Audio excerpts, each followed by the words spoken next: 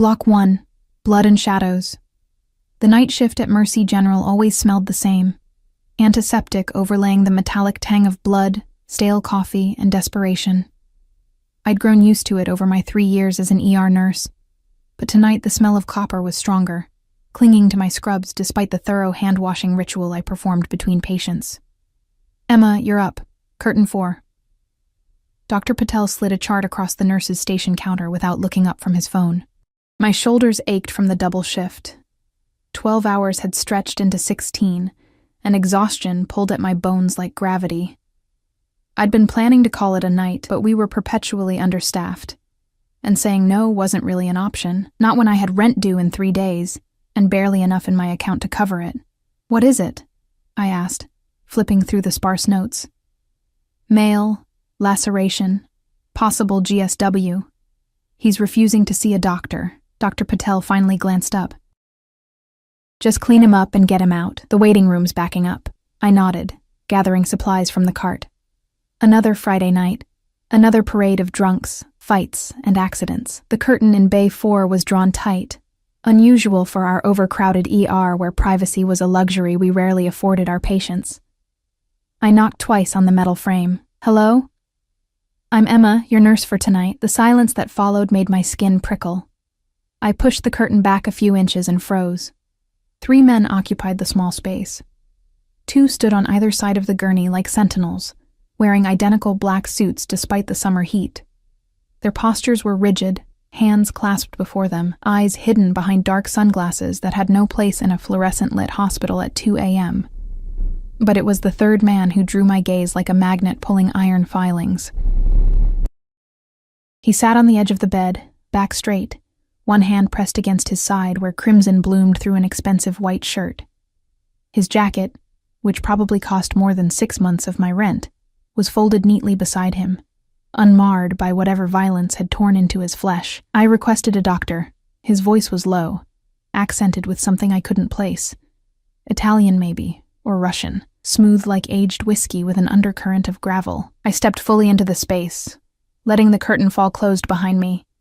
I'm sorry, sir, but I'm what you've got tonight. I assure you I'm fully qualified to treat lacerations. His eyes lifted to mine, and I nearly took a step back. They were the color of Arctic ice, pale blue, almost colorless in the harsh hospital lighting. His face was all angles and shadows, jaw clean-shaven, dark hair combed back from a high forehead. Handsome in the way predators are handsome, beautiful in their danger. Leave us, he said, and for a confused moment, I thought he was speaking to me. The 2 men in suits exchanged glances before one spoke. Sir, we should... Now. A single word, but it carried the weight of absolute authority. They left without another word, slipping through the curtain with surprising grace for men built like brick walls. I cleared my throat, suddenly conscious of being alone with him. I need to see the wound. He studied me for a long moment, his gaze dissecting me as thoroughly as any scalpel. I fought the urge to fidget under the scrutiny. Your hands are shaking, he observed. I looked down. He was right. I curled my fingers into fists, then released them. 20-hour shift. Nothing coffee won't fix. Something like amusement flickered across his face. There and gone in an instant. You should take better care of yourself, says the man bleeding all over my exam table. The words slipped out before I could stop them, and I immediately tensed. But instead of anger, that ghost of a smile returned. He began unbuttoning his shirt with one hand, the other still pressed to his side. When he struggled with the third button, I stepped forward. Let me. His hand caught my wrist, fingers circling it completely. His touch was surprisingly warm, skin smooth except for calluses I could feel against my pulse point. The contact sent an electric jolt up my arm that had nothing to do with fear. Or at least, not entirely. What's your name? He asked, still holding my wrist. I told you. Emma. Emma Shaw. Emma Shaw. He repeated it like he was tasting the syllables. You're not afraid. It wasn't a question, but I answered anyway.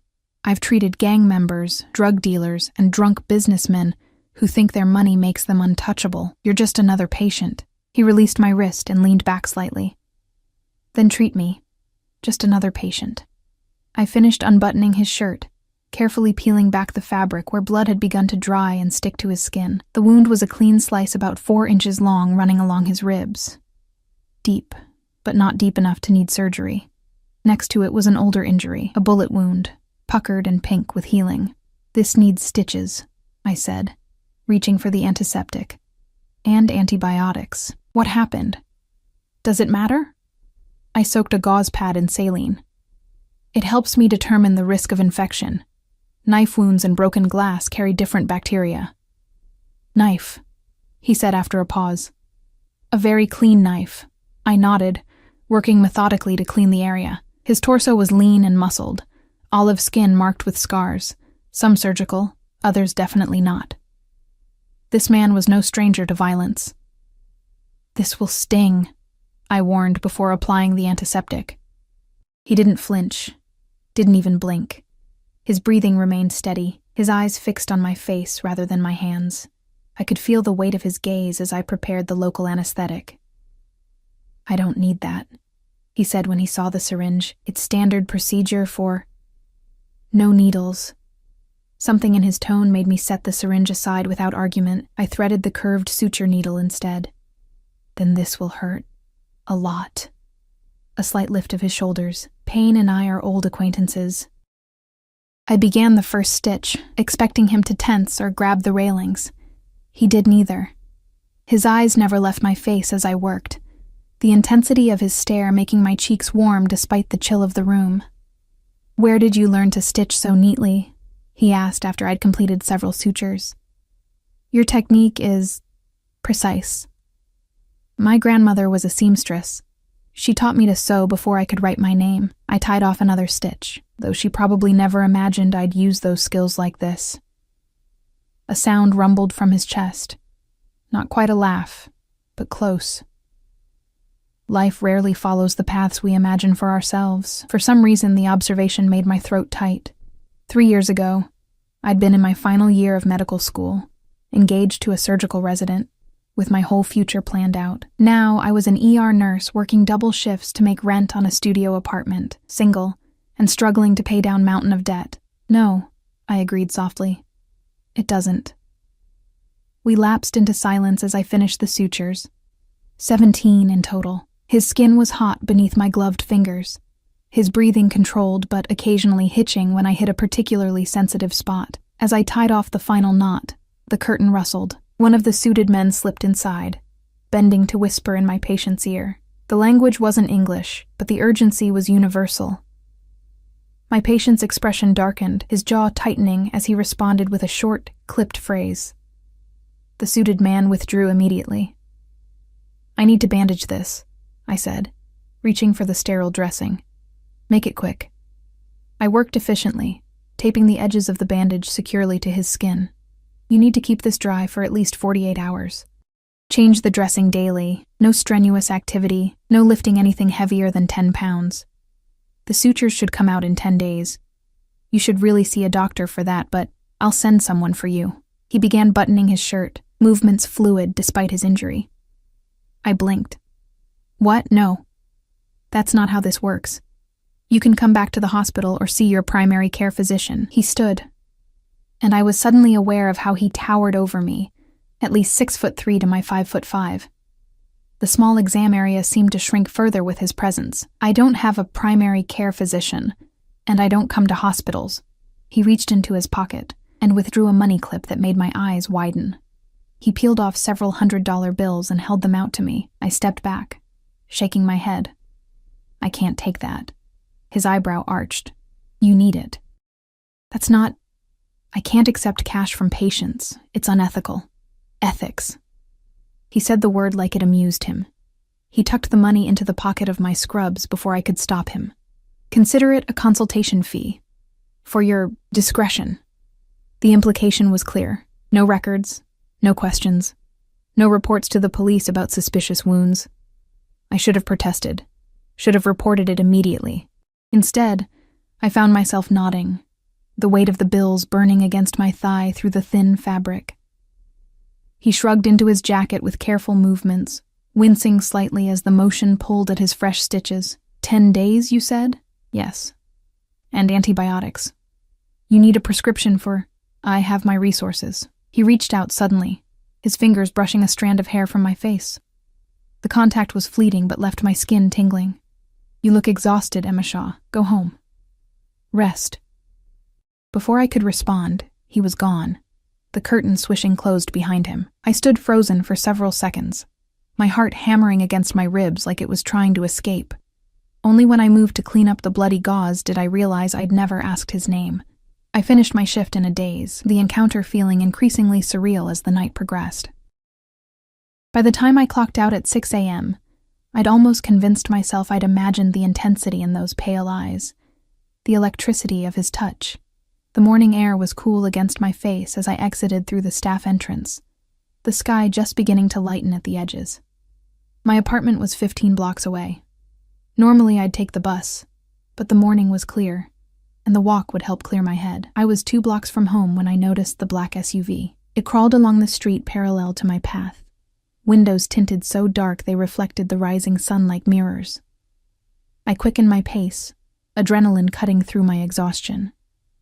The vehicle accelerated slightly, keeping pace. My apartment building came into view, a shabby 5-story walk-up that had seen better days decades ago. As I approached the front steps, the SUV finally pulled ahead, stopping at the curb half a block up. No one got out. I fumbled with my keys, hands shaking as I unlocked the security door that hadn't been secure since the 90s. Inside, I took the stairs 2 at a time, not trusting the ancient elevator. My studio was on the 4th floor, and by the time I reached my door, my lungs were burning. I locked the door behind me, sliding the chain into place for good measure. Through my single window, I could still see the black SUV parked below. As I watched, a second identical vehicle pulled up behind it. Sleep evaded me despite my exhaustion. I lay on my lumpy futon, staring at the ceiling, replaying the encounter with the mysterious patient. The money from my pocket, $2,500 in $100 bills, sat on my rickety coffee table, untouched. It was more than enough to cover rent with plenty left over, but something about it felt dangerous. Like accepting it would tie me to something I didn't understand. When I finally drifted off, I dreamed of ice-blue eyes and hands stained with blood that wasn't entirely his own.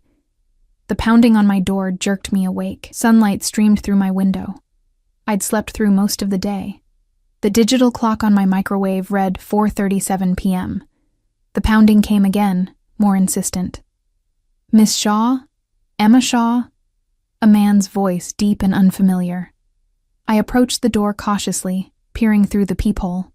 Another suit-clad man, different from the ones at the hospital, stood in the hallway. My heart lodged in my throat. Who are you? I called through the door. Mr. Russo sent me. He requires your assistance. Russo. At least I had a name now. I don't know any Mr. Russo. A pause. You treated him last night. The wound on his side. I pressed my forehead against the door, closing my eyes briefly. Tell Mr. Russo to go to the hospital if he's experiencing complications. He's sent a car for you. You'll be compensated generously for your time. I'm not going anywhere with someone I don't know to see a man I barely met. Another pause, longer this time. I heard the rustle of fabric, then the distinctive sound of a cell phone being dialed. The man spoke quietly, his words muffled. A moment later, Mr. Russo would like to speak with you. Before I could protest, something was slipped under my door. A phone. Sleek, black, expensive. With trembling fingers, I picked it up and held it to my ear. Hello? Emma Shaw. That voice, low, accented, unmistakable.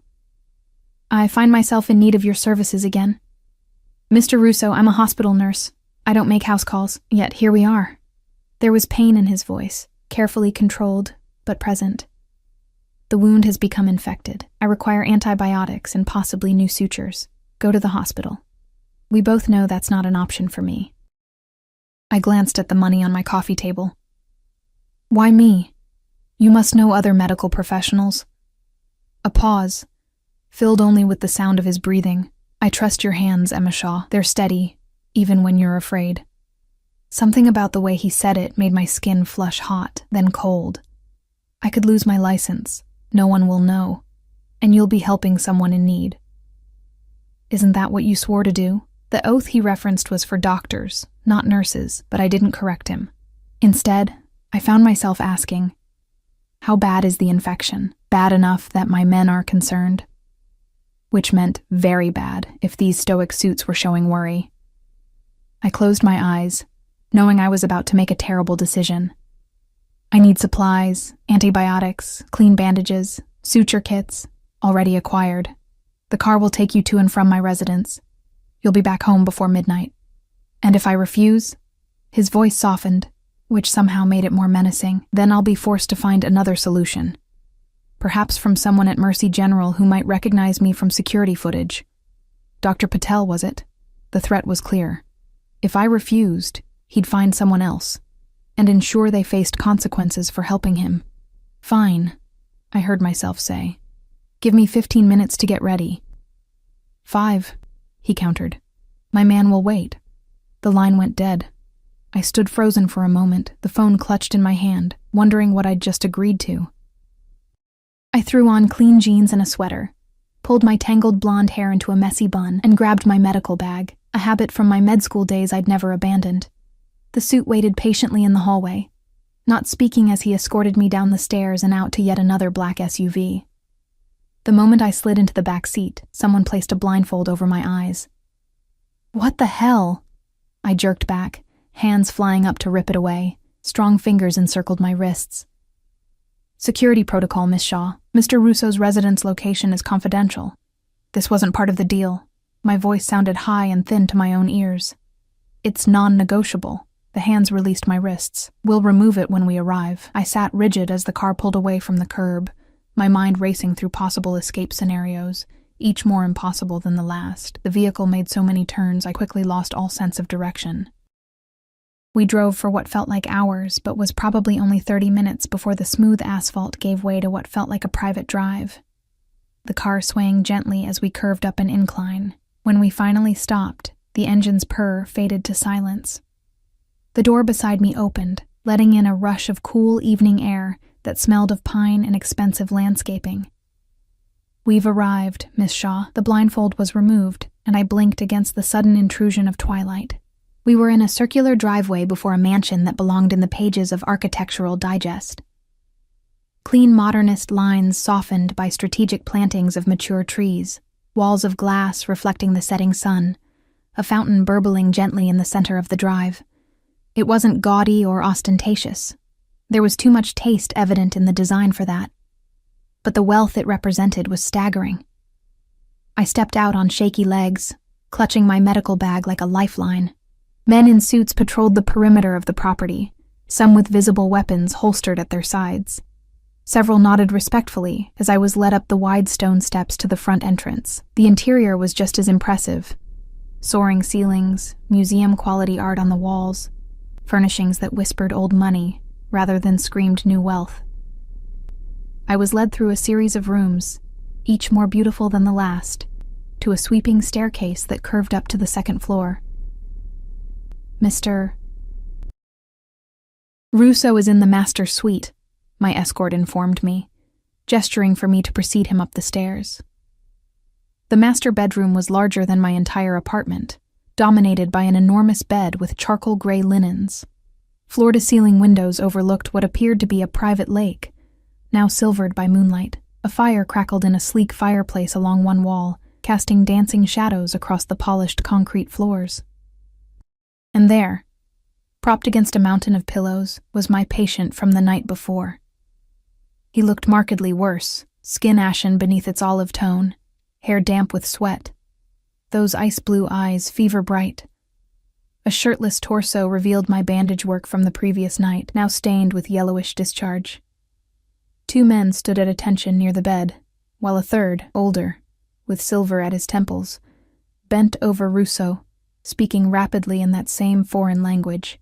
When they noticed my presence, the older man straightened, giving me an appraising look. "You're the nurse?"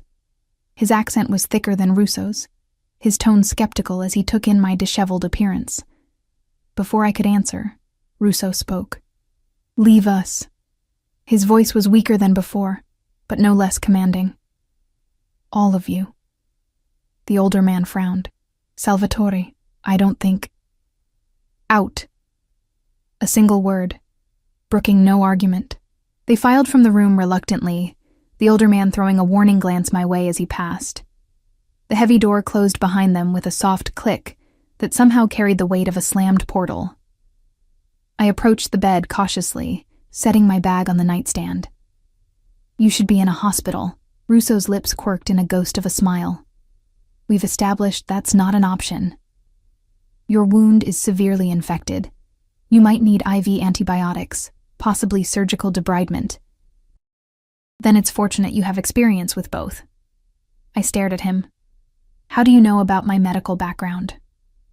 He gestured weakly toward a manila folder on the bedside table. Emma Catherine Shaw, 28 years old, former medical student at Johns Hopkins, dropped out in your final year following the death of your fiancé. Moved to New York, completed nursing program at Columbia, currently paying off $137,000 in student debt. Mother deceased, father unknown. Grandmother in assisted living in Baltimore with advancing dementia. You sent her $400 every month despite barely making rent. Ice flooded my veins. You investigated me. I investigate everyone who comes into my life, however briefly. I should have been terrified, and part of me was, but anger flared hotter. You had no rights. He echoed my word from the previous night, still with that same hint of amusement despite his obvious pain. Such an interesting concept. I yanked on latex gloves with more force than necessary. I need to examine the wound. He gestured permission, watching as I carefully peeled back the soiled bandage. The sight beneath made me inhale sharply. The neat sutures I'd placed were now surrounded by angry red flesh, the incision oozing pus and serosanguineous fluid. Heat radiated from the area. This is bad, I said, probing gently around the edges. He flinched, the first real reaction to pain I'd seen from him. What happened? Did you get the wound wet? Exert yourself? A slight shrug. Business required my attention. Business required. I broke off, incredulous. You're running a fever of at least 102. The infection is spreading. Whatever business you attended to nearly killed you. Dying is an occupational hazard in my line of work. He closed his eyes briefly, and I noticed the fine lines of pain etched around his mouth. I dug through my bag, pulling out alcohol swabs, sterile gauze, and a suture removal kit. I need to remove these stitches, clean out the infection, and start you on antibiotics immediately. Do you have any allergies to medications? No. Good, this is going to hurt. A lot. His eyes opened, fixing on mine with surprising lucidity given his condition. You take a certain pleasure in telling me that, don't you? I didn't dignify that with a response, instead focusing on gathering supplies from the medical kit his men had apparently procured. It was impressively comprehensive. Hospital-grade antibiotics, suture kits, IV supplies, even a portable heart monitor. Your men are thorough, I commented, preparing a syringe of local anesthetic. They value my life above their own. The casual way he said it sent a chill down my spine. I uncapped the syringe. I'm going to numb the area this time. No arguments. He didn't protest as I administered the anesthetic around the wound. While waiting for it to take effect, I opened an IV kit and searched for a vein in his arm. His skin was hot and dry. Signs of dehydration on top of the infection. When did you last drink water? I asked, slipping the catheter into a vein on my first try. This morning. I hung a bag of saline on a nearby floor lamp, jury-rigging it into an IV stand. You're severely dehydrated. Between that and the infection, you're headed for septic shock if we don't get ahead of this. For the first time, uncertainty flickered across his face.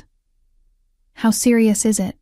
I met his gaze directly. Serious enough that, if you were anyone else, I'd be calling an ambulance right now. He absorbed this information with a slight nod. Then I'm fortunate to have you here instead. I turned away, busying myself with preparing the antibiotics for the IV. The anesthetic should be working now. I'm going to remove the infected sutures and clean out the wound. Then I'll start broad-spectrum antibiotics and fluids. For the next hour, I worked methodically, removing each suture and debriding the infected tissue. Russo remained stoically silent throughout, though beads of sweat formed on his brow, and his jaw clenched with each touch to the tender flesh. I cleaned the wound thoroughly with antiseptic solution, packed it with antibiotic-infused gauze, and dressed it with fresh bandages. "I'm not going to close it again yet," I explained as I taped the edges of the dressing. "We need to let it drain and make sure the infection is under control first. I'll leave the supplies for your men to change the dressing, but I should come back tomorrow to check it." He caught my wrist as I withdrew my hands, his grip surprisingly strong despite his weakened state. "You'll stay." My pulse jumped beneath his fingers. "What? No. I have a shift tomorrow night. Call in sick. I can't just—" "You can, and you will." His thumb moved slightly against my skin, tracing the veins at my wrist. "I need you here, Emma." The way he said my name, soft, almost intimate, made something flutter in my stomach that had no business being there. I pulled my hand free. "You need a doctor. A real hospital. What I need is someone I can trust." His gaze held mine, intensity burning through the fever. "You've seen my home, my security, my weakness. You're already involved deeper than you know." A chill ran through me at his words. "Are you threatening me?" "I'm stating facts." He shifted slightly, wincing. "There's a guest room prepared for you. My men will bring anything you require." I wanted to refuse, to demand they take me home immediately. But the medical professional in me couldn't ignore the severity of his condition. He needed monitoring overnight at the very least, and beneath that rational concern lurked something darker, more primitive. A fascination with this dangerous man that I couldn't quite extinguish. "One night," I conceded. "And I'm checking your vitals every 2 hours." Something that might have been relief flickered across his face. "Acceptable." I administered IV antibiotics and a mild sedative, then settled into a chair beside the bed to monitor his response. As the medication took effect, his eyelids grew heavy, but he fought against sleep, watching me with that unsettling intensity. "Why did you help me?" he asked, voice thick with approaching unconsciousness. "You could have refused, called the police." I considered the question seriously. The Hippocratic Oath. First, do no harm. And refusing to help isn't the same as doing harm. It is to me. I adjusted the IV drip. "Besides, you didn't give me much choice." His lips curved slightly. "There's always a choice, Emma Shaw. You're simply living with the consequences of yours." Before I could respond, his eyes drifted closed, his breathing evening out as the sedative pulled him under. I sat watching the rise and fall of his chest, wondering what exactly I'd gotten myself into. A soft knock at the door preceded the entrance of the older man who'd been with Russo when I arrived. He glanced at the sleeping figure on the bed, then at me. "How is he?" His tone was gruff but couldn't quite hide his concern. "Stable for now. The infection is severe, but the antibiotics should help. He needs rest and constant monitoring."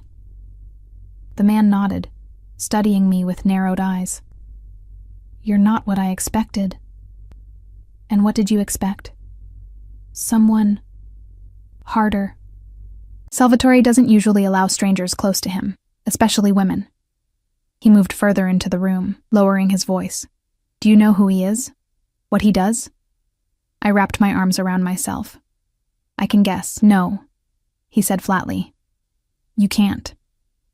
He ran a hand over his face, suddenly looking every one of his 60-something years. "I've known Salvatore since he was a boy. I watched him build his empire from nothing. I've seen him execute men for less than what he's allowing you, a complete outsider to witness." My mouth went dry. "Why are you telling me this?" He studied me for a long moment. "Because you need to understand the waters you're swimming in, girl. One wrong move, and you'll drown. I didn't ask to be involved in whatever this is. Yet, here you are." He glanced at Russo's sleeping form. "In the heart of the lion's den." Before I could respond, he turned to leave. At the door, he paused. "My name is Marco. If you need anything, tell the men outside.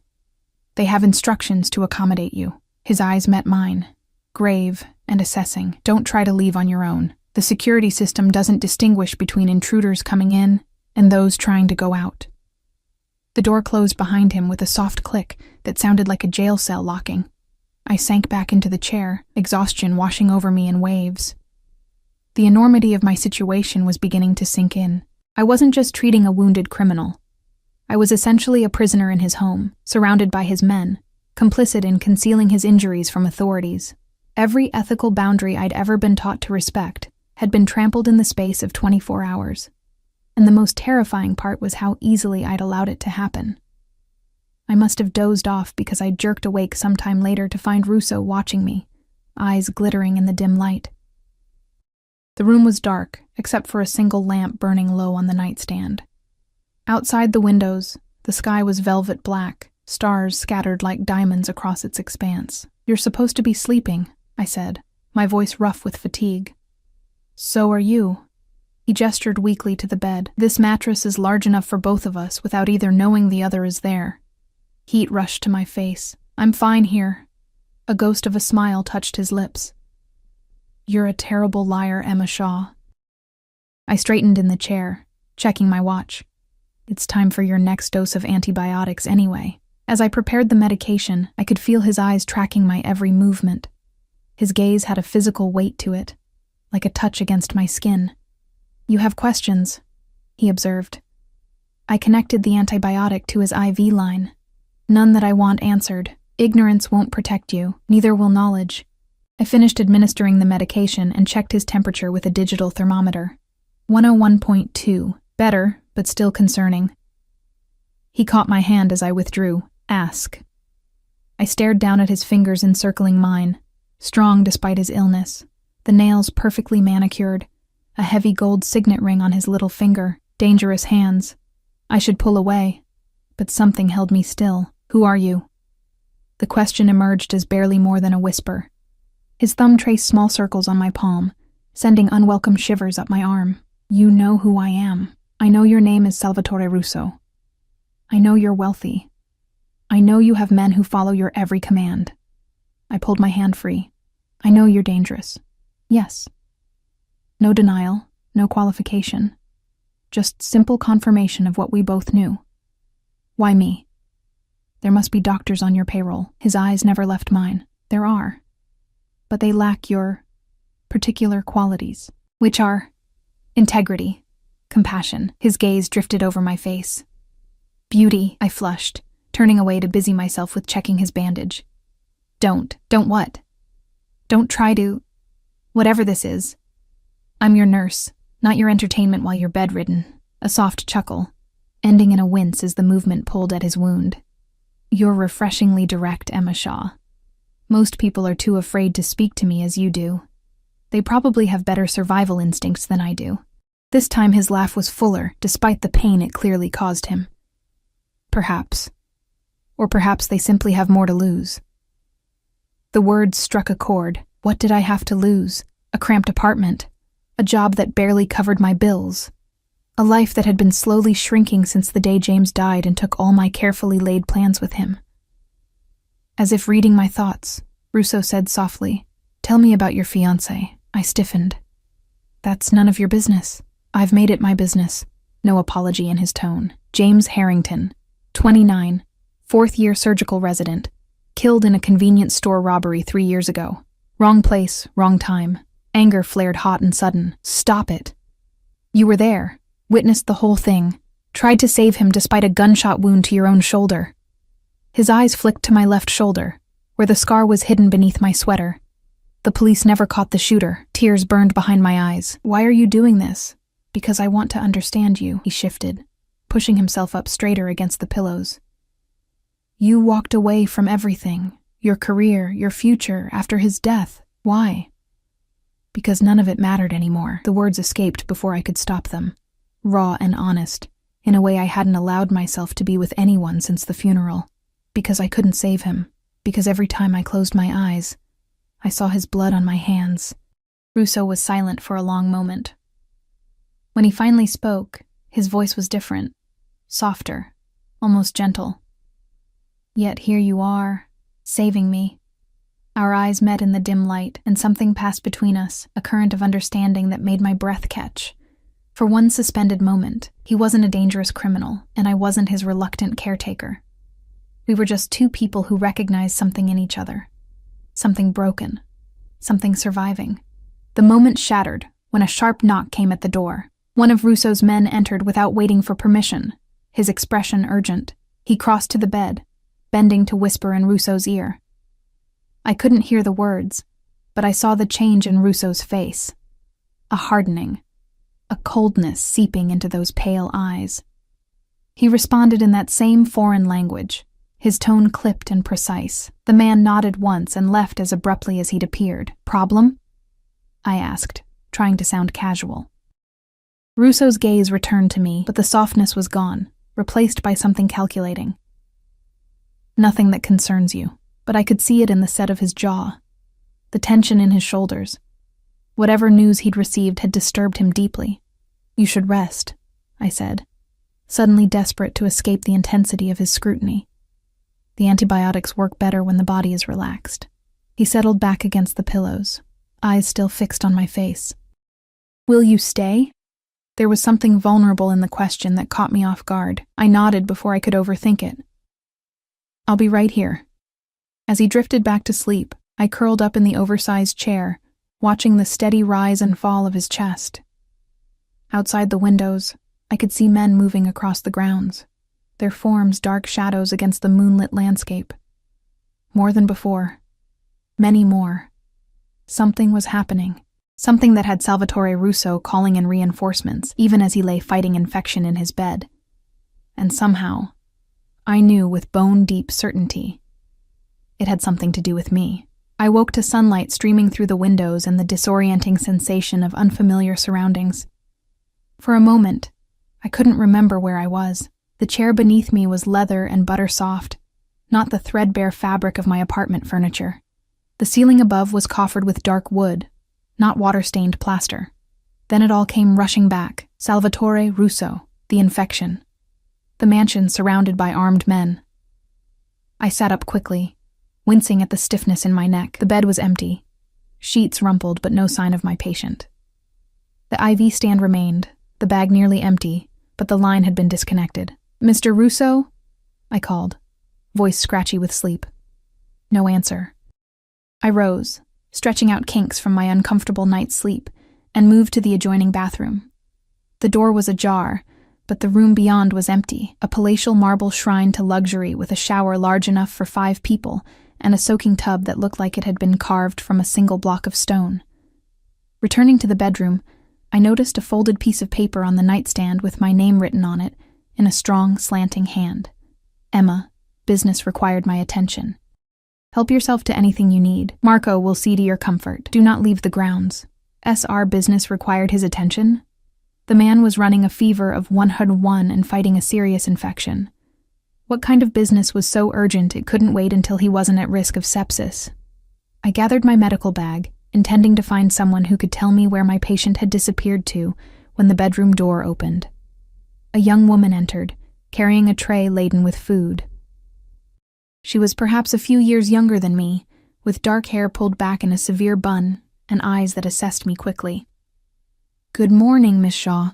I've brought you breakfast. Her English was perfect, but held the same faint accent as Russo's. She set the tray on a small table near the windows. Mr. Russo asked that I provide you with anything you might need. Where is he? I moved toward the table, suddenly aware of how hungry I was. The tray held a carafe of coffee, fresh fruit, pastries, and what appeared to be a frittata, still steaming. Mr. Russo had matters to attend to. He will return this evening. She poured coffee into a delicate china cup. My name is Sophia. I am Mr. Russo's housekeeper. I accepted the cup gratefully, inhaling the rich aroma. He shouldn't be out of bed. His infection. Mr. Russo does as he pleases. There was something in her tone, not quite disapproval, but close. The doctor is with him. Doctor? What doctor? Sophia's expression remained neutral. Dr. Vega arrived early this morning to examine Mr. Russo. He administered additional antibiotics and cleared him for limited activity. Irritation flared. Why bring me here if he had a doctor on call? I see. Mr. Russo was most insistent that you remain comfortable during his absence. There are clothes in the guest room that should fit you. You're welcome to use any of the facilities, the pool, the library, the gardens. Marco will accompany you if you wish to walk the grounds. In other words, I was free to roam the gilded cage, but not to leave it. When will I be allowed to go home? Sophia's eyes flickered momentarily. Mr. Russo will discuss that with you upon his return. After she left, I ate mechanically, my mind racing. I needed to call the hospital, let them know I wouldn't make my shift. I patted my pockets, then remembered my phone was still in my apartment. Russo's men had provided the burner phone yesterday, but I'd left it in the car. Finishing my coffee, I decided to explore. If nothing else, it would give me a better understanding of whose home I was essentially imprisoned in. The guest room Sophia had mentioned was across the hall, a space almost as large as the master suite, decorated in soft creams and blues. The closet contained an assortment of women's clothing in approximately my size, all with designer labels, many still bearing tags. I selected jeans and a simple sweater, then took a long shower in the ensuite bathroom, letting the hot water ease the tension from my muscles. Dressed and feeling marginally more human, I ventured into the hallway. The house was eerily quiet, though I occasionally glimpsed staff moving efficiently through distant rooms. I wandered through a series of elegantly appointed spaces, a formal dining room that could seat 20, a library with floor-to-ceiling bookshelves, a conservatory filled with exotic plants. In each room, priceless art adorned the walls. I recognized some of the names: Monet, Picasso, Rothko, but others were unfamiliar, though clearly valuable. It was like walking through a private museum curated with impeccable taste. I found Marco in what appeared to be a study, seated behind a massive desk, speaking rapid-fire Italian into a phone. He looked up when I entered, his expression unreadable as he ended his call. "Miss Shaw, I trust you slept well?" "As well as one can in a chair." I moved further into the room, taking in the rich leather furnishings and another wall of books. "Where's Mr. Russo?" Marco's face gave nothing away. "Attending to business." "What kind of business requires a man with a severe infection to leave his sickbed?"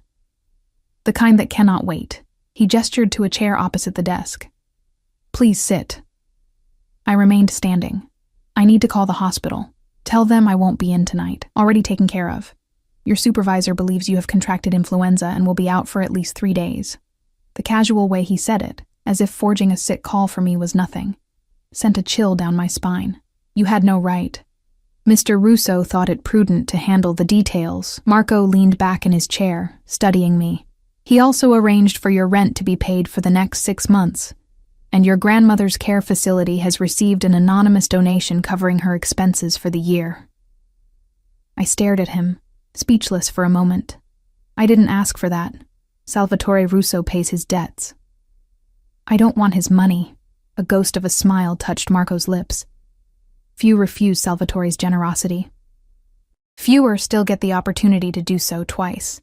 The implication was clear. The money wasn't really payment, it was insurance. A way to keep me quiet, to make me complicit. I changed tactics. "How long do you intend to keep me here?" "That depends on Salvatore." Marco's expression softened slightly. "He values your medical expertise and your discretion." I didn't exactly have a choice in the matter. "We always have choices, Miss Shaw. You could have refused to treat him, called the police. You didn't." The echo of Russo's words from the night before made my skin prickle. "So, I'm a prisoner because I helped him?" "Not a prisoner. A guest." Marco rose from his chair. "Would you like to see the grounds? The gardens are quite beautiful, even in autumn." I recognized the deflection but decided to accept it. Perhaps outside I'd have a better chance of understanding my situation, or finding a way out of it. The estate was even more impressive in daylight. Manicured lawns stretched in all directions, giving way to woodlands at the property's edge.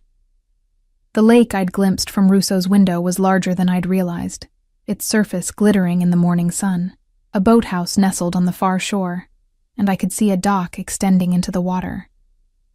But what struck me most was the security. Men patrolled the perimeter in pairs, all wearing earpieces. Cameras were discreetly mounted at strategic points, their lenses swiveling to track movement. The wrought iron fence surrounding the property had to be at least 10 feet high, with what looked suspiciously like electrified wiring along the top. "How many men does Mr. Russo employ?" I asked as Marco led me along a stone path through a formal rose garden. That changes depending on circumstances. Marco's tone was carefully neutral. Currently, there are more than usual. I noticed. Why? Marco glanced at me, considering. There was an incident. A rival organization attempted to breach our security last night.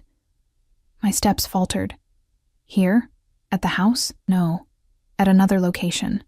But Salvatore takes no chances when it comes to his home. Or his captives, I thought, but didn't say. We continued walking, Marco pointing out features of the grounds with the pride of someone who had helped build something remarkable. Despite my situation, I found myself admiring the beauty of the place. The thoughtful landscaping, the way the house seemed to rise organically from its surroundings. How long have you worked for Mr. Russo? I asked as we paused beside a small Japanese-inspired garden, complete with a bubbling stream and miniature bridge. Since he was a boy. Marco's expression softened with something like paternal affection. His father and I were associates. When Antonio was killed, I took Salvatore under my protection. Killed. Marco's face closed again. It was a difficult time. We walked in silence for a while, circling back toward the house. As we approached, I noticed increased activity. More men moving with purpose, vehicles arriving and departing through the security gate. What's happening? I asked. Marco's expression gave nothing away. Mr. Russo is returning. As if on cue, a convoy of black SUVs swept up the drive, coming to a stop before the main entrance. Men spilled out, forming a protective cordon around one vehicle. The rear door opened, and Salvatore Russo emerged. Even from a distance, I could see he was in pain. His movements were stiff, his normally perfect posture compromised by the need to protect his injured side. But there was nothing diminished about his presence. The men around him moved with the careful deference of satellites orbiting a dangerous star. His gaze swept the area, landing on me with palpable intensity. Even across the expanse of lawn, I felt the impact of those ice-blue eyes like a physical touch. Marco murmured something beside me that I didn't catch, already moving toward the assembled group. I followed more slowly, my medical training warring with my sense of self-preservation. Russo clearly needed to be back in bed, but approaching him in front of his men felt dangerous in ways I couldn't articulate. By the time I reached the house, Russo had disappeared inside, leaving a wake of tense energy behind him.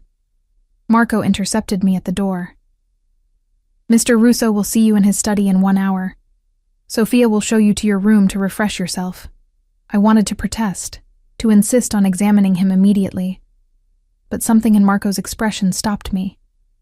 This wasn't a normal patient-nurse dynamic. These weren't normal circumstances. I needed to tread carefully. Sophia was waiting in the foyer, her expression as unreadable as ever. She led me back to the guest room without speaking, closing the door softly behind her as she left. I paced the room, anxiety building with each passing minute.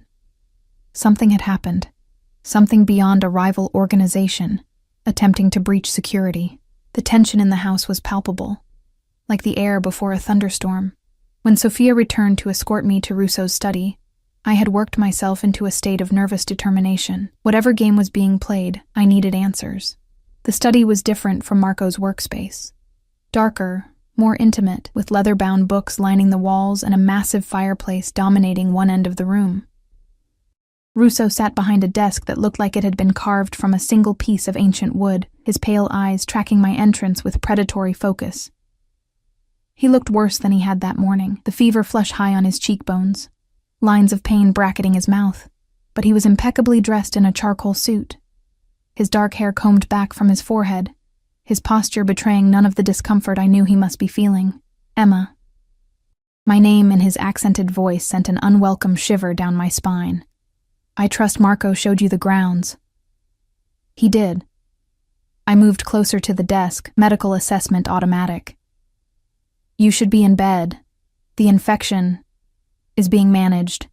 He gestured to a chair across from him. Please, sit. I remained standing. I'd like to examine your wound. A faint smile touched his lips. So dedicated to your patient. Very well. He began unbuttoning his jacket, I circled the desk, medical bag in hand. He shrugged out of his jacket with careful movements, then loosened his tie and unbuttoned his shirt. The bandage beneath was pristine, recently changed, but when I peeled it back, I could see the wound was still angry and inflamed. "The antibiotics are working, but slowly," I said, probing gently at the edges of the incision. "You've been exerting yourself too much." "Unavoidable." I replaced the bandage with a fresh one from my bag. "Nothing is unavoidable. You're risking sepsis. Some risks are worth taking." His eyes never left my face as I worked. "There have been developments that required my personal attention." I stepped back, returning to the other side of the desk. "When can I go home?" Russo studied me for a long moment, his expression unreadable. "That's complicated." "It's really not. You have a doctor now, this Dr. Vega. You don't need me anymore. Dr. Vega is useful but limited in his availability and his discretion." Russo leaned back in his chair, wincing slightly. "You, on the other hand, have proven both skilled and discreet. Not by choice. Nevertheless," he steepled his fingers, "there's also the matter of your safety." That pulled me up short. My safety. The men who attempted to breach our security last night were looking for something specific.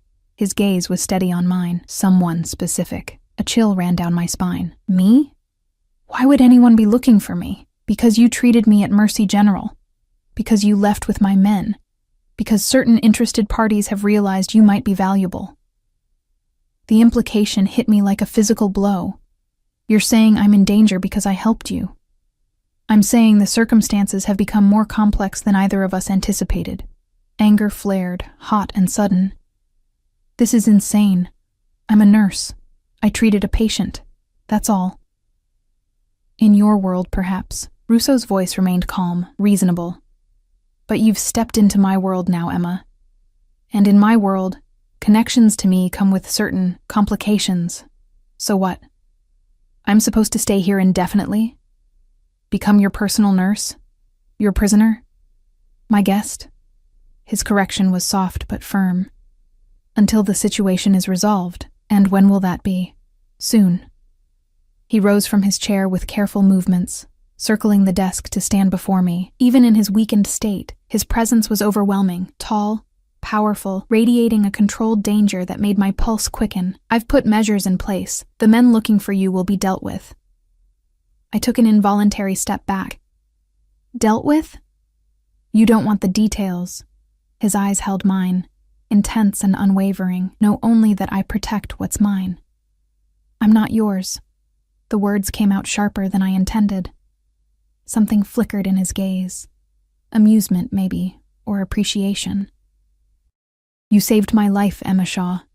In my world, that creates a bond, a debt. One I intend to repay by ensuring your safety." Before I could respond, a sharp knock came at the door. Marco entered without waiting for permission, his expression grave. "They've found it," he said in English, presumably for my benefit. The tracking device was in her medical bag. Russo's face hardened to granite. "When?" "It was activated shortly after she arrived yesterday. They've been monitoring her movements within the house." My legs suddenly felt weak. "Tracking device? In my bag?" Russo moved to me in 2 quick strides, taking my arms in a gentle but firm grip. "Did you speak to anyone unusual at the hospital before treating me? Anyone who might have had access to your belongings?"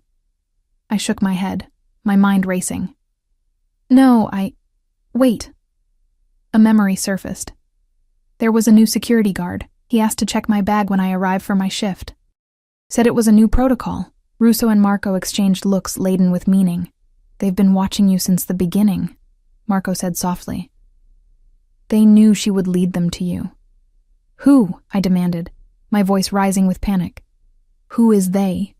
"The Kostova family," Russo replied, his accent thickening with what I now recognized as suppressed rage. "A rival organization that has been attempting to encroach on my territory for the past year. But why me? Why would they care about a nurse? Because Salvatore never brings women to his home," Marco said, his tone matter of fact. "Never allows outsiders this close. You represented an unprecedented opportunity to locate him when he was vulnerable." The implications crashed over me in a sickening wave. I wasn't just in danger because I'd treated Russo. I was being used as bait, a tool to get to him when he was injured and weakened. Oh my God. I sank into the chair behind me, my legs no longer able to support my weight. This is a nightmare. It's business, Russo corrected, his voice cold. Brutal, but predictable. He turned to Marco. Double the perimeter security. Move forward the timetable on Kostova, tonight. Marco nodded once and left the room without another word. Russo knelt before me, ignoring what must have been significant pain from his wound. His hands closed over mine where they twisted in my lap. Listen to me, Emma. You are safe here. No one will harm you while you're under my protection. Your protection? I gave a slightly hysterical laugh. I wouldn't need protection if I'd never met you. Perhaps. His thumbs traced small circles on my wrists, the touch oddly calming despite everything. But we cannot change the past. We can only move forward. I looked into his eyes, searching for something. Deceit. Manipulation. The cold calculation that should be there. Instead, I found something that looked disturbingly like genuine concern. What happens now? I asked, my voice steadier than I felt. Now, you stay here, where I can ensure your safety. My men will deal with the Kostova threat. Once that's resolved, you'll be free to return to your life. Just like that? A ghost of a smile touched his lips. More or less. And if I don't want to stay? His expression sobered. Then you place yourself in danger. And, he added, his voice dropping slightly, you leave me without my very capable nurse while I'm still fighting an infection. The naked manipulation in the statement was so blatant, it was almost charming. Almost. You're impossible, I muttered. So I've been told. He rose with a barely concealed wince. Now, if you're done questioning my decisions, I believe it's time for another dose of antibiotics. For the rest of the day, I fell into an uneasy routine, checking Russo's wound, administering medication, monitoring his temperature. He worked from his bedroom, receiving a stream of visitors who spoke to him in rapid Italian, their conversations ceasing the moment I entered the room. The sun had set when Marco appeared at the bedroom door, his expression grim. It's time. Russo nodded, setting aside the laptop he'd been working on. Stay with Emma. Make sure she remains in the house, of course. Marco's eyes flicked to me where I stood by the window, pretending not to listen. Be careful, Salvatore. You're not at full strength. I don't need to be. Russo's voice held a deadly calm that sent chills down my spine. I just need to be present. After he left, I turned to Marco. What's happening? Nothing that concerns you, but his gaze kept straying to the window, out toward the darkness beyond the property. It concerns me if it involves people who are apparently using me to get to Mr. Russo. Marco was silent for a long moment. Salvatore is meeting with Victor Kostova, offering terms. Terms? A ceasefire, territory agreements, compensation for past disputes. The clinical phrasing didn't fool me. You mean he's threatening them? Marco's lips curved in a humorless smile. In our world, negotiations and threats are often the same thing. I moved to the window, peering out into the darkness. Floodlights illuminated the grounds, revealing more men than I'd seen earlier, all armed, all stationed with tactical precision around the property. How many men does Mr. Russo have? I asked quietly. Here? Tonight? Marco came to stand beside me. Over 200. The number staggered me.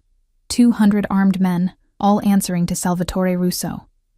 All prepared to protect him, and by extension me. And the Kostovas? Victor will come with a similar show of force. It's expected, a sign of respect. I wrapped my arms around myself, suddenly cold despite the warmth of the room. What happens if the negotiations fail? Marco's gaze was steady on mine. Pray that they don't.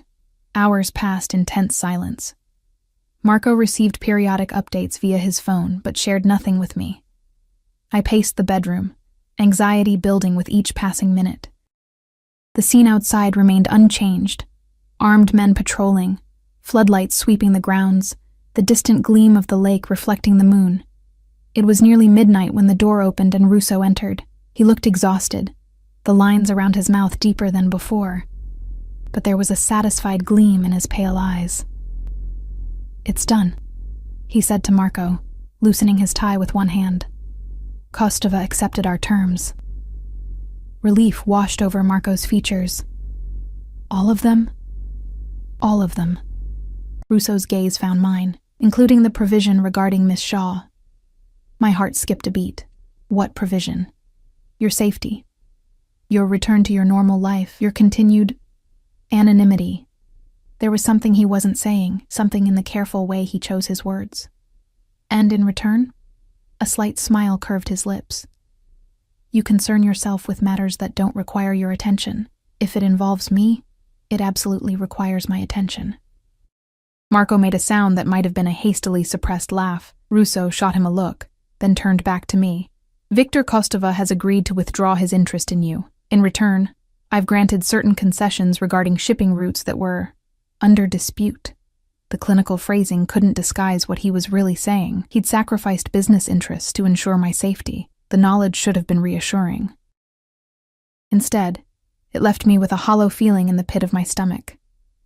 "So I can go home?" Russo's expression grew guarded. "Soon. After we ensure Kostova honors his part of the agreement." "How long is soon?" "A day. Perhaps 2. He moved to the bed, lowering himself onto it with careful movements that betrayed his exhaustion and pain. "Your wound needs checking." The abrupt change of subject wasn't lost on me, but I let it slide, my medical training taking over as I approached him. Marco slipped from the room, leaving us alone. I helped Russo remove his jacket and shirt, noting the fresh beads of sweat on his brow. Whether from pain or the exertion of the night's activities, I couldn't tell. The bandage beneath was still clean, which was a good sign, but when I removed it, I could see the wound was still angry and inflamed. "You've been pushing yourself too hard," I said, cleaning the area with antiseptic. "The infection isn't responding to the antibiotics as quickly as it should." "I've had worse." I glanced up at his face, finding his eyes fixed on mine with that now familiar intensity. "That doesn't make it any less serious." His hand came up to brush a strand of hair from my face, the touch lingering longer than necessary. "Your concern is touching." I pulled back, applying a fresh bandage with perhaps more force than needed. "It's professional, not personal." "Are you certain about that?" The question hung in the air between us, loaded with implications I wasn't ready to examine. I busied myself with packing away my supplies, avoiding his gaze. "You should rest," I said finally. "Your body needs time to heal. Will you stay?" The question echoed the one from the night before, but this time it carried a different weight. I looked up, finding his expression more open, more vulnerable than I'd seen it yet. "I'll check on you through the night," I hedged. "That's not what I asked." His voice was soft but insistent. "Will you stay, Emma? Here. With me." The words sent a shiver down my spine. Not of fear, but of something far more dangerous. Something I wasn't ready to name. "I don't know what you're asking me. I think you do." His gaze held mine, unflinching. "From the moment you pulled back that curtain in the ER, something changed. You felt it too." I shook my head, taking another step back. "You're delirious. The fever—" "I've never been more clear-headed." He rose from the bed, moving toward me with the fluid grace of a predator despite his injury. "You see me, Emma. Not the power, not the money, not the danger. You see me." He was too close now, close enough that I could feel the heat radiating from his body, smell the expensive cologne that clung to his skin beneath the antiseptic. "I don't know you," I whispered. "You know enough." His hand came up to cup my cheek, gentle despite the strength I knew it possessed. "Enough to be afraid, yet here you stand. Enough to understand what I am, yet you still treat me with compassion.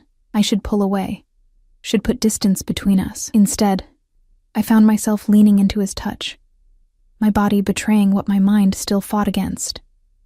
"This is insane," I breathed. "Stockholm Syndrome at its finest."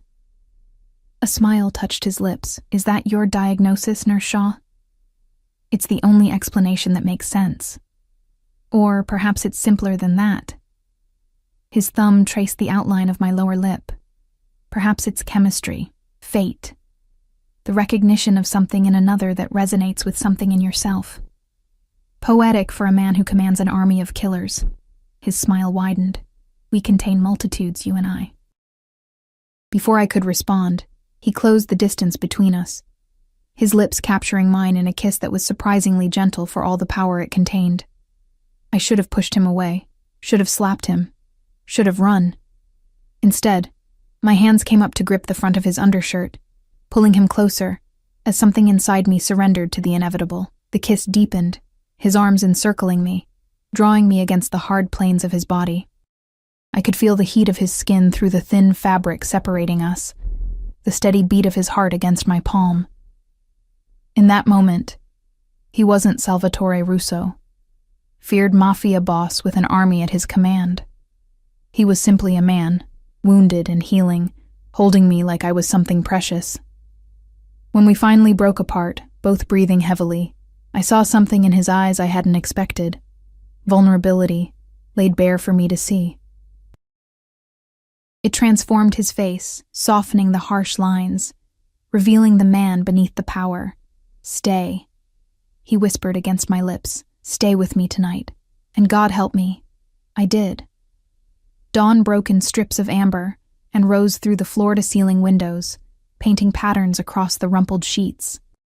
I lay awake, watching the play of light across Salvatore's sleeping form, the strong line of his jaw, the dark sweep of his lashes against his cheeks, the curve of his shoulder where it disappeared beneath the charcoal silk.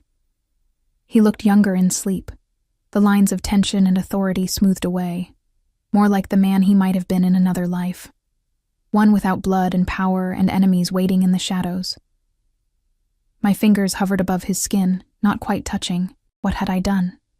In the harsh light of morning, the events of the night before seemed like a fever dream, his lips on mine, his hands learning the geography of my body, my own surprising hunger for a man I should, by all rights, fear. I slipped from the bed carefully, gathering my scattered clothing, and retreated to the bathroom. The woman in the mirror was a stranger. Flushed cheeks, lips slightly swollen, a small mark blooming at the juncture of neck and shoulder where his mouth had been. I pressed my fingers to it, the slight ache a confirmation that last night had been real. When I emerged, dressed and with my hair tamed into some semblance of order, Salvatore was awake, propped against the pillows, watching me with those ice-blue eyes that seemed to see too much. "You're thinking too loudly," he said, voice rough with sleep. Someone should be. I moved to the window, putting distance between us. Last night was a mistake, was it? He shifted, wincing slightly as the movement pulled at his wound. It didn't feel like a mistake. I turned to face him. "I'm your nurse. You're my patient. Beyond that, you're—" I gestured vaguely, encompassing the mansion, the armed men, the world he commanded. "I'm what?" A slight smile played at the corners of his mouth. "A criminal? A monster? Is that what you're trying to say? Aren't you?" The smile faded. "I am many things, Emma. Some of them would indeed frighten you. But last night I was just a man, and you were just a woman. It's not that simple. It could be." He sat up fully, the sheet pooling around his waist. "For us." The conviction in his voice sent a shiver down my spine, not of fear but of something more dangerous. Hope. Possibility. I crushed it ruthlessly. "There is no us, Salvatore. There's a nurse who treated a patient, a woman who was brought to a house against her will. A night that shouldn't have happened." His expression hardened almost imperceptibly. "Is that what you believe? That you had no choice? Didn't I? You sent armed men to my apartment. You threatened my job, my life. I protected you." The words were soft, but carried the weight of absolute conviction. "From the moment you treated me at that hospital, you were in danger. Not from me, from those who would use you to get to me. A danger I wouldn't have been in if I'd never met you." I wrapped my arms around myself. "Last night doesn't change that." Salvatore was silent for a long moment, studying me with an intensity that made my skin prickle. Finally, he threw back the covers and rose from the bed, unself-conscious in his nakedness. I averted my eyes as he pulled on a pair of pants, though the memory of his body against mine the night before made the gesture almost laughable. "Come with me," he said, shrugging into a robe. "There's something you need to see." Curiosity warred with caution. "What?" "Answers." He extended his hand to me, to questions you haven't even thought to ask yet. Against my better judgment, I placed my hand in his. His fingers closed around mine, warm and strong. As he led me from the bedroom, we moved through the quiet house, dawn light filtering through windows, casting long shadows across marble floors. The few staff members we encountered averted their eyes, melting away like ghosts. I wondered what they thought, seeing their employer leading a rumpled woman through the halls in the early morning light. Then again, perhaps it wasn't an uncommon sight. The thought stung more than it should have. Salvatore led me to a part of the house I hadn't seen before, a wing that seemed older than the rest, with darker woods and more traditional furnishings. He stopped before a heavy wooden door, ornately carved with what looked like a family crest. "My father's study," he said, producing a key from his robe pocket. "I've kept it exactly as it was the day he died." The door swung open on silent hinges, revealing a room that felt like stepping back in time. Heavy velvet drapes framed windows overlooking the lake. Leather-bound books lined the walls.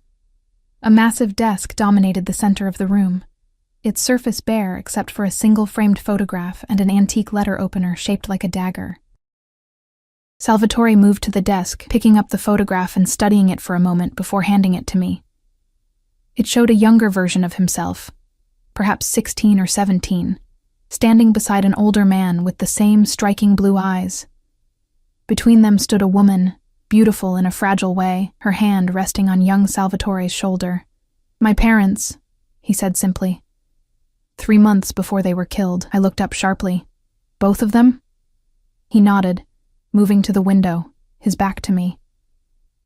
"My father was Antonio Russo.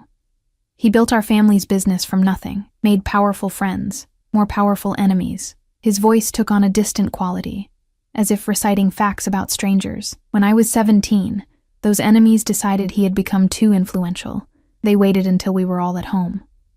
My mother, my father, me." Something in his tone made my blood run cold. "What happened?" He turned to face me, his eyes like chips of ice. "They came at night. Professional killers. They shot my father first, in the study downstairs where he was working late. My mother heard the shots, tried to reach him. They killed her on the staircase." I clutched the photograph tighter, looking down at the smiling woman who had no idea her life would end so violently. "And you?" "I was in my room, heard the shots, had enough time to take my father's gun from his bedside drawer. When they came for me, I was waiting." A smile touched his lips, devoid of any warmth. "I killed 3 of them before they subdued me." "My God." I set the photograph down carefully. "How did you survive?" "Marco. He arrived with our men just as they were dragging me from the house." Salvatore moved to a cabinet, withdrawing a crystal decanter and 2 glasses. They intended to make an example of me. A message to anyone who might consider taking my father's place. He poured amber liquid into both glasses, offering one to me. I took it automatically, though it was barely past dawn. After that night, I made a choice. He raised his glass in a mock toast. I would become not just my father's son, but his revenge. I would build an empire so powerful, so untouchable, that no one would ever dare come for me or mine again. I took a small sip, the whiskey burning a path down my throat. "And did you? Get revenge?" "Eventually. It took 3 years to track down everyone responsible, the men who ordered it, the men who planned it, the men who survived that night." His expression was matter of fact, but I could see the shadow of the 17-year-old boy in his eyes. I made sure they suffered before they died.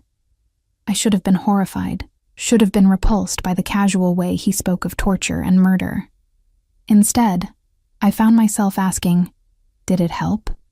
The revenge? Something flickered in his gaze, surprise perhaps at the question. No, it didn't bring them back. But it established a truth that has protected me ever since. No one touches what belongs to Salvatore Russo without paying a price too high to contemplate. The implication hung in the air between us. No one touches what belongs to Salvatore Russo, including me. "Why are you telling me this?" I set the glass down, suddenly needing clear hands, a clear head. He moved closer, stopping just within arm's reach. Because I want you to understand what I am, why I am, the world I inhabit. So I'll what? Accept it? Embrace it? I gestured around the room. The violence, the criminal empire, the men with guns patrolling your property. So you'll see me. His voice dropped, intensifying. All of me. Not just the parts that frightened you in the hospital. Not just the parts that seduced you last night. The whole truth. And if I can't accept that truth? His expression softened, a vulnerability I hadn't expected bleeding through the hardened exterior. Then you walk away. Today. Return to your life as if none of this happened. I stared at him, searching for the trap, the manipulation. Just like that? Just like that. He set his own glass down, closing the distance between us. His hands came up to frame my face, gentle despite the strength I knew they possessed. But before you decide, know this. Last night wasn't a mistake. It wasn't Stockholm Syndrome. It wasn't manipulation or coercion. It was real. Perhaps the most real thing I've experienced since the night my parents died.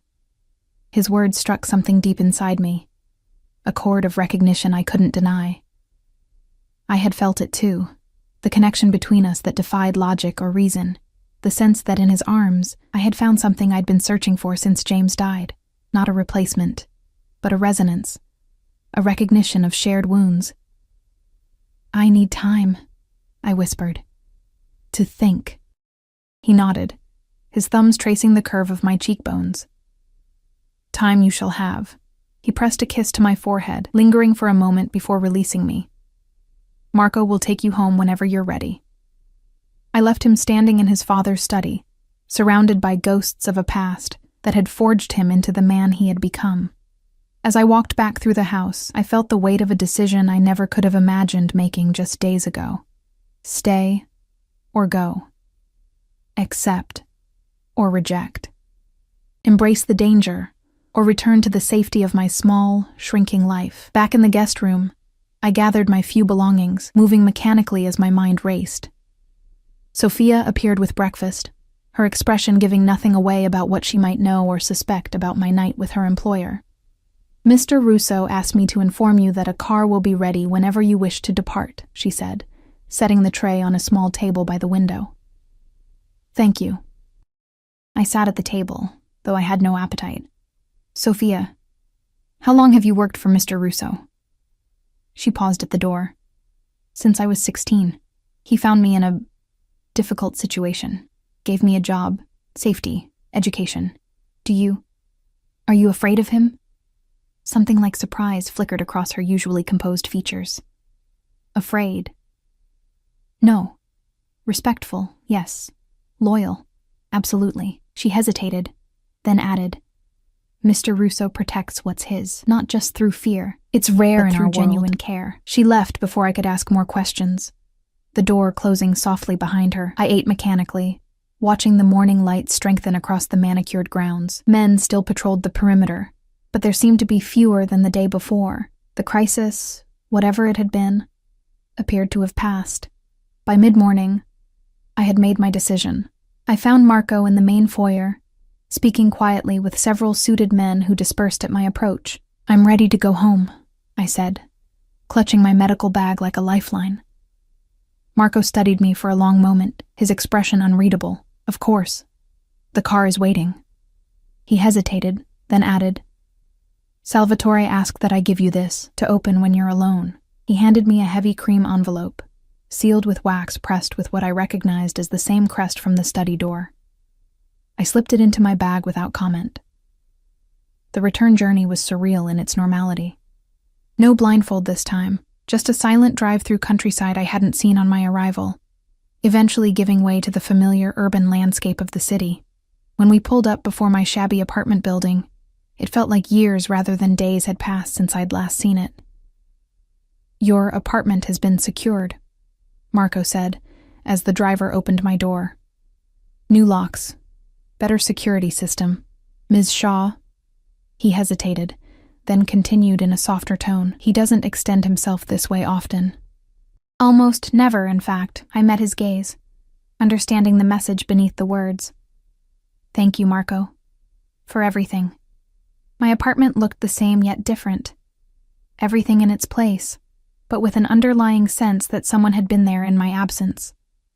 The new locks were obvious, as was the discreet security panel beside the door that hadn't been there before. I set my bag on the coffee table, suddenly exhausted despite the early hour. The envelope Marco had given me seemed to burn a hole in my consciousness. With trembling fingers, I broke the wax seal and withdrew a single sheet of heavy paper covered in a strong, slanting hand. Emma, by now you're home, likely questioning everything that has transpired between us. I won't insult your intelligence by claiming it was all a dream or a momentary madness. What happened was real. What I feel for you is real. I am not a good man by society's standards. I have blood on my hands that will never wash clean. I command men who would kill or die at my word. I operate in a world of shadows and violence that few ever glimpse, let alone understand. But with you, I found something I thought lost forever. The capacity to feel something beyond power, beyond vengeance, beyond the cold calculation that has defined my existence since I was 17 years old.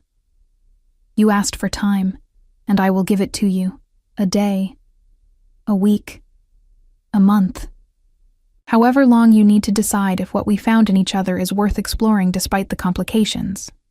In the meantime, know this. You are under my protection whether you choose me or not. The men watching your apartment are there for your safety, not to monitor your movements. You are free to live your life exactly as you did before we met. With one difference. You now have a choice that few are ever offered. To step fully into my world, eyes open, knowing exactly what it entails. Or to walk away, returning to the life you knew, with the memory of what might have been. Whatever you decide, know that you have awakened something in me that I thought died with my parents all those years ago. For that alone, I will always be in your debt. Until we meet again, Salvatore. I read the letter twice, then set it aside, moving to the window. On the street below, a black SUV was parked half a block down. Another was visible at the corner, watching, protecting. 3 days ago, the sight would have terrified me. Now, it brought a complex mixture of emotions I couldn't fully untangle. Security, yes, but also a strange sense of belonging, of being valued enough to warrant such measures.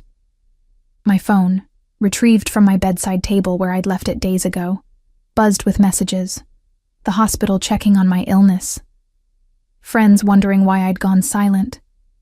The normal, everyday concerns of a life that suddenly felt like it belonged to someone else. I should call them back. Should fall back into the comfortable routine of work and home, and the quiet grief that had been my companion since James died. The safe choice. The sane choice.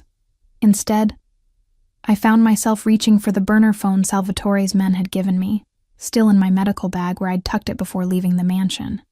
It had only one number programmed into it. My finger hovered over the call button as I weighed two futures, one safe but small, one dangerous but vibrant with possibility. In the end, it wasn't really a choice at all. The phone rang only once before he answered, his voice a low rumble that sent a shiver of recognition down my spine. Emma? My name in his mouth sounded like a prayer, and a possession all at once. You've made your decision quickly. I looked out at the men guarding my street, at the letter on my coffee table, at the medical bag that had led me into his world, at the life I'd been sleepwalking through since James died. I have questions, I said, my voice steadier than I felt. Conditions. A soft chuckle. I would expect nothing less. I won't give up nursing, my career, my independence. I would never ask that of you. I need to know everything. No secrets. No protected ignorance. A pause. Longer this time. That knowledge comes with responsibility. With danger. I know. And you're prepared for that? I thought of the 17-year-old boy who had faced killers in his childhood home. Of the man who had built an empire from the ashes of his family. Of the patient who had looked at me with ice-blue eyes and seen something no one else had since James died. Yes, I said simply. I am. The silence stretched between us, laden with meaning. When he finally spoke, his voice held a warmth I had glimpsed only in our most intimate moments. "Then come home, Emma. Come home to me." Outside, one of the SUVs pulled away from the curb, circling around to stop directly in front of my building. The front door buzzed. His men, coming to escort me back to the mansion, back to him. It should have felt like surrendering, like capitulating to a force too powerful to resist. Instead, it felt like waking up, like stepping out of the gray half-life I'd been living and into something vivid and dangerous and real. "I'm on my way," I said, and ended the call. As I gathered the few things I would need, I caught a glimpse of myself in the mirror, cheeks flushed, eyes bright with something that looked suspiciously like hope. I barely recognized the woman staring back at me. 3 days ago, I had bandaged the wounds of a stranger who commanded an army of killers. Today, I was choosing to become part of his world, his life, his protection, his. The thought should have terrified me. Instead, it felt like coming home after a very long journey. I took one last look around the apartment that had been my refuge and my prison since James died. Then I walked out the door without looking back, toward the men waiting to take me to Salvatore, toward a future I could never have imagined, but now couldn't imagine living without. The door closed behind me with a soft click, like the ending of one chapter and the beginning of another. As I descended the stairs toward the waiting car, I felt lighter than I had in years. She bandaged the Mafia boss's wounds, and in doing so, perhaps began to heal her own.